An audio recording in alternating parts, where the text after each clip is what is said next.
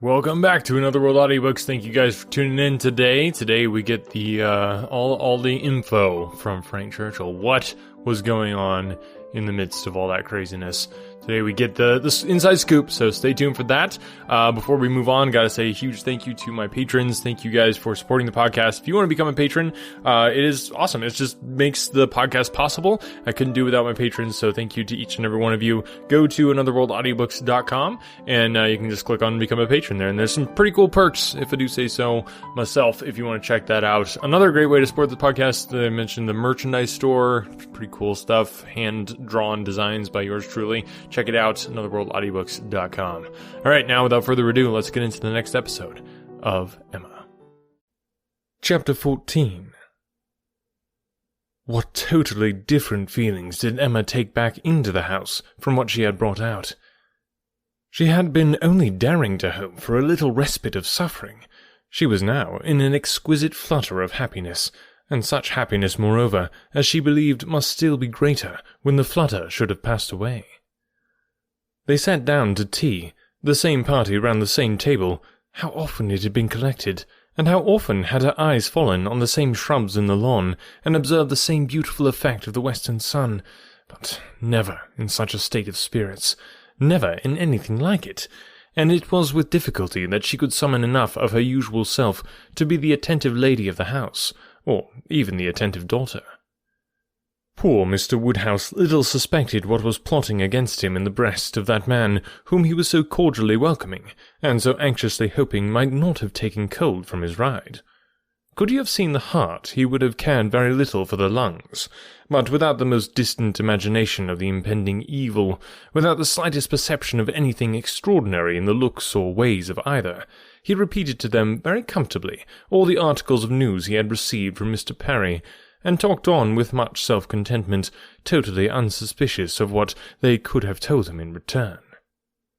As long as Mr. Knightley remained with them, Emma's fever continued, but when he was gone, she began to be a little tranquillized and subdued, and in the course of the sleepless night, which was the tax for such an evening, she found one or two such very serious points to consider as made her feel that even her happiness must have some alloy. Her father and Harriet.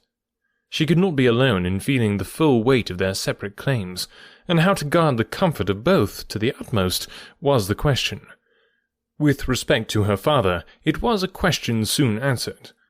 She hardly knew yet what Mr. Knightley would ask, but a very short parley with her own heart produced the most solemn resolution of never quitting her father. She even wept over the idea of it as a sin of thought. While he lived, it must be only an engagement. But she flattered herself that if divested of the danger of drawing her away, it might become an increase of comfort to him. How to do her best by Harriet was of more difficult decision. How to spare her from any unnecessary pain, how to make her any possible atonement, how to appear least her enemy. On these subjects her perplexity and distress were very great, and her mind had to pass again and again through every bitter reproach and sorrowful regret that ever had surrounded it. She could only resolve at last that she would still avoid a meeting with her, and communicate all that need be told by letter. That it would be inexpressibly desirable to have her removed just now for a time from Highbury, and, indulging in one scheme more, nearly resolved that it might be practicable to get an invitation for her to Brunswick Square. Isabella had been pleased with Harriet, and a few weeks spent in London must give her some amusement. She did not think it in Harriet's nature to escape being benefited by novelty and variety, by the streets, the shops, and the children. At any rate, it would be a proof of attention and kindness in herself, from whom everything was due. A separation for the present, an averting of the evil day when they must all be together again. She rose early and wrote her letter to Harriet, an employment which left her so very serious, so very sad, that Mr. Knightley, in walking up to Hartfield to breakfast, did not arrive at all too soon, and half an hour stolen afterwards to go over the same ground again with him, literally and figuratively, was quite necessary to reinstate her in a proper share of the happiness of the evening before. He had not left her long, by no means long enough for her to have the slightest inclination of thinking of anybody else, when a letter was brought to her from Randalls, a very thick letter. She guessed what it must contain, and deprecated the necessity of reading it. She was now in perfect charity with Frank Churchill. She wanted no explanations. She wanted only to have her thoughts to herself. And as for understanding anything he wrote, she was sure she was incapable of it. It must be waded through, however. She opened the packet. It was too surely so. A note from Mrs. Weston to herself ushered in the letter from Frank to Mrs. Weston. I have the greatest pleasure, my dear Emma, in forwarding to you the enclosed. I know what thorough justice you will do it, and have scarcely a doubt of its happy effect. I think we shall never materially disagree about the writer again, but I will not delay you by a long preface. We are quite well. This letter has been the cure of all the little nervousness I have been feeling lately. I did not quite like your looks on Tuesday, but it was an ungenial morning, and though you will never own being affected by weather, I think everybody feels a north-east wind. I felt for your dear father very much in the storm of Tuesday afternoon and yesterday morning, but had the comfort of hearing last night by Mr. Perry that it had not made him ill. Yours ever, A.W. To Mrs. Weston, Windsor, July. My dear Madame, if I have made myself intelligible yesterday, this letter will be expected, but, expected or not, I know it will be read with candour and indulgence. You are all goodness, and I believe there will be need of even all your goodness to allow for some parts of my past conduct. But I have been forgiven by one who had still more to resent. My courage rises while I write. It is very difficult for the prosperous to be humble. I have already met with such success in 2 applications for pardon, that I may be in danger of thinking myself too sure of yours, and of those among your friends who have had any ground of offence. You must all endeavour to comprehend the exact nature of my situation when I first arrived at Randalls. You must consider me as having a secret which was to be kept at all hazards. This was the fact. My right to place myself in a situation requiring such concealment is another question. I shall not discuss it here. For my temptation to think it right, I refer every cavalier to a brick house, sashayed windows below, and casements above in Highbury. I dared not address her openly. My difficulties in the then state of Enscombe must be too well known to require definition, and I was fortunate enough to prevail, before we parted at Weymouth, and to induce the most upright female mind in the creation to stoop in charity to a secret engagement. Had she refused, I should have gone mad. But you will be ready to say, what was your hope in doing this? What did you look forward to? To anything, everything. To time, chance, circumstance, slow effects, sudden bursts, perseverance, weariness, health and sickness. Every possibility of good was before me, and the first of blessings secured in obtaining her promise of faith and correspondence. If you need farther explanation, I have the honour, my dear madame, of being your husband's son, and the advantage of inheriting a disposition to hope for good, which no inheritance of houses or lands can ever equal the value of. See me, then, under these circumstances, arriving on my first visit to Randalls, and here I am conscious of wrong, for that visit might have been sooner paid. You will look back and see that I did not come to Miss Fairfax was in Highbury, and as you were the person slighted, you will forgive me instantly. But I must work on my father's compassion by reminding him that so long as I absented myself from his house, so long I lost the blessing of knowing you. My behaviour during the very happy fortnight which I spent with you did not, I hope, lay me open to reprehension, excepting on one point. And now I come to the principal, the only important part of my conduct while belonging to you, which excites my own anxiety, or requires very solicitous explanation.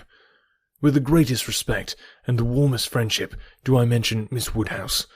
My father, perhaps, will think I ought to add with the deepest humiliation. A few words which dropped from him yesterday spoke his opinion, and some censure I acknowledge myself liable to. My behaviour to Miss Woodhouse indicated, I believe, more than it ought. In order to assist a concealment so essential to me, I was led on to make more than an allowable use of the sort of intimacy into which we were immediately thrown. I cannot deny that Miss Woodhouse was my ostensible object, but I am sure you will believe the declaration that, had I not been convinced of her indifference, I would not have been induced by any selfish views to go on. Amiable and delightful as Miss Woodhouse is, she never gave me the idea of a young woman likely to be attached, and that she was perfectly free from any tendency to being attached to me was as much my conviction as my wish. She received my attentions with an easy, friendly, good-humoured playfulness which exactly suited me. We seemed to understand each other. From our relative situation, those attentions were her due, and were felt to be so.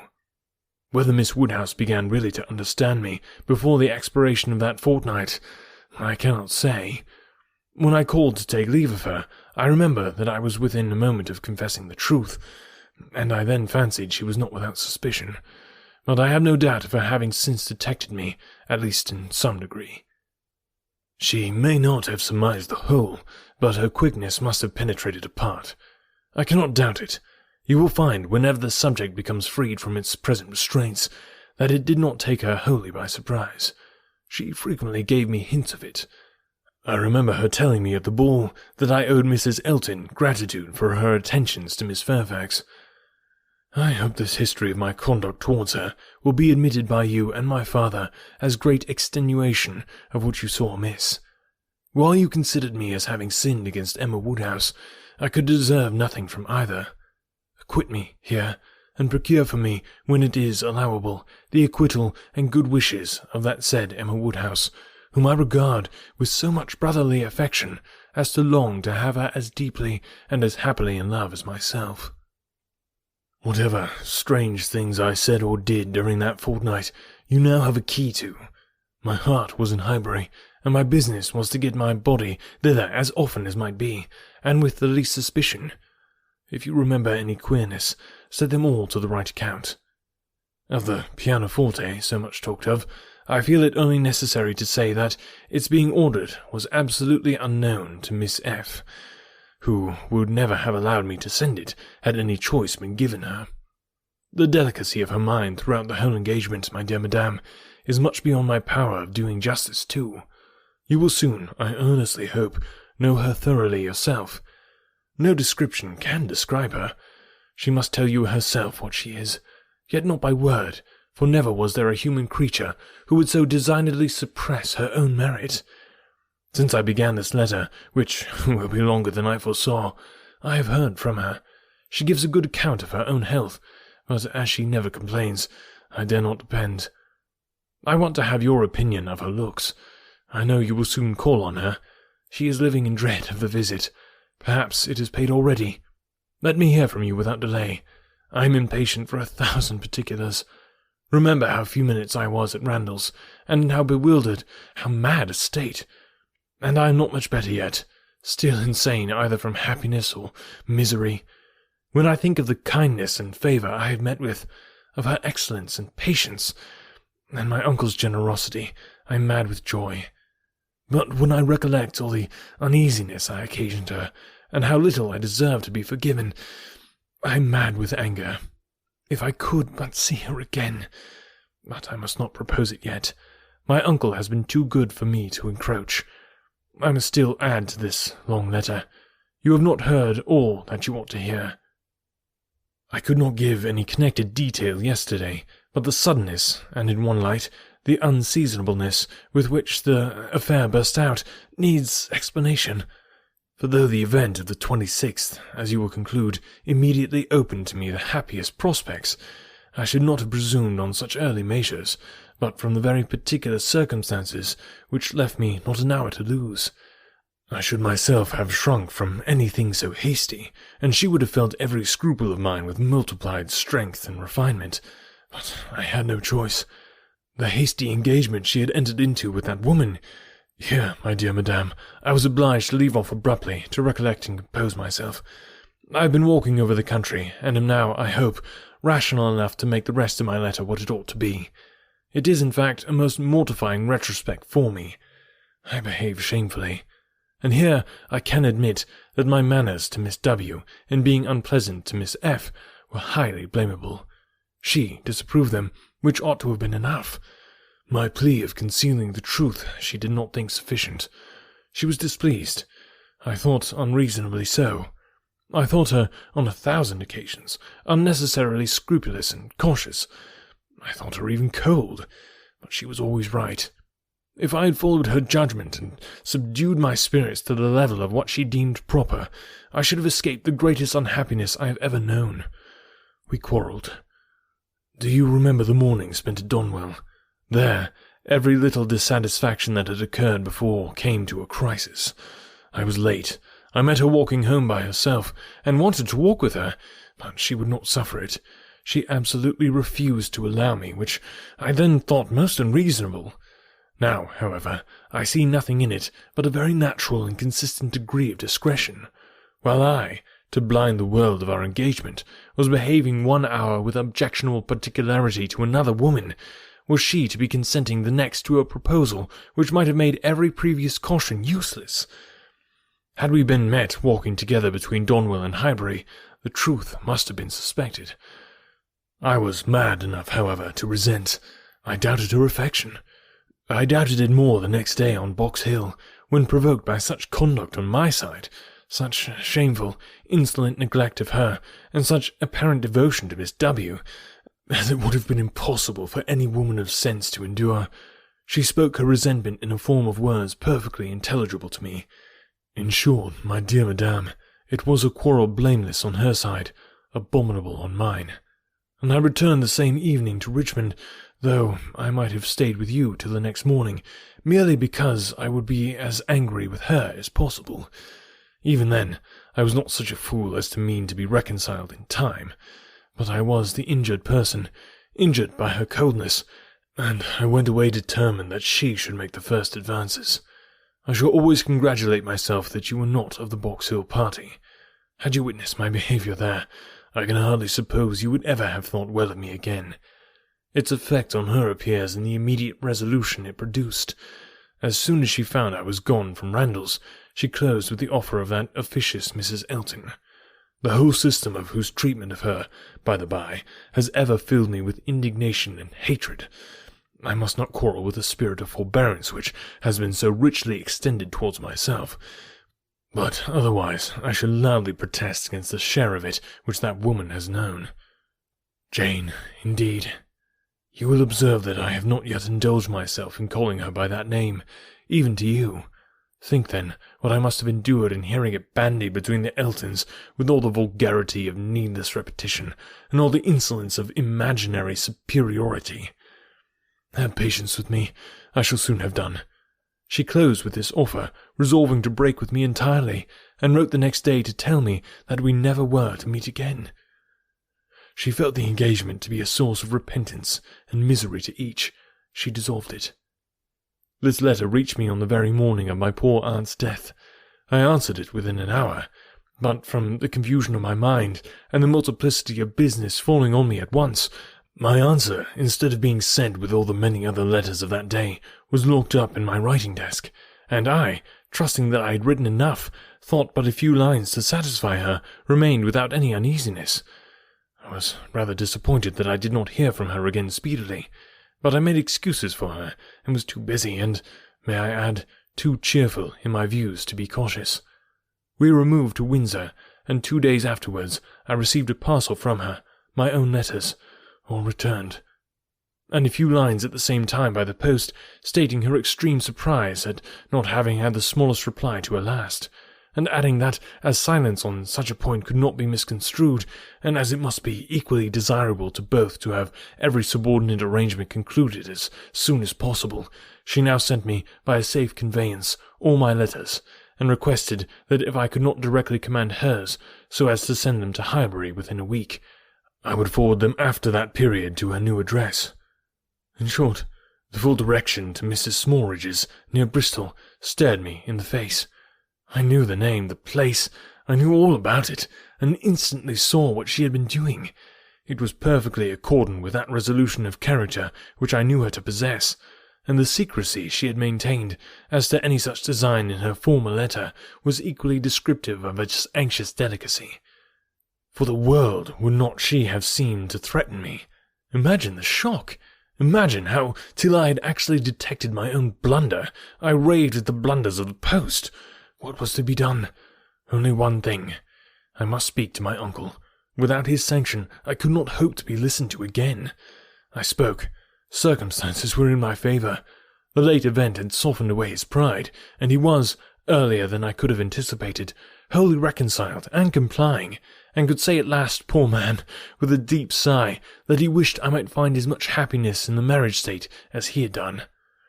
I felt that it would be of a different sort. Are you disposed to pity me for what I must have suffered in opening the cause to him, for my suspense while all was at stake? No, do not pity me till I reached Highbury, and saw how ill I had made her. Do not pity me till I saw her wan, sick looks. I reached Highbury at the time of day when, from my knowledge of their late breakfast hour, I was certain of a good chance of finding her alone. I was not disappointed, and at last I was not disappointed either in the object of my journey. A great deal of very reasonable, very just displeasure I had to persuade away.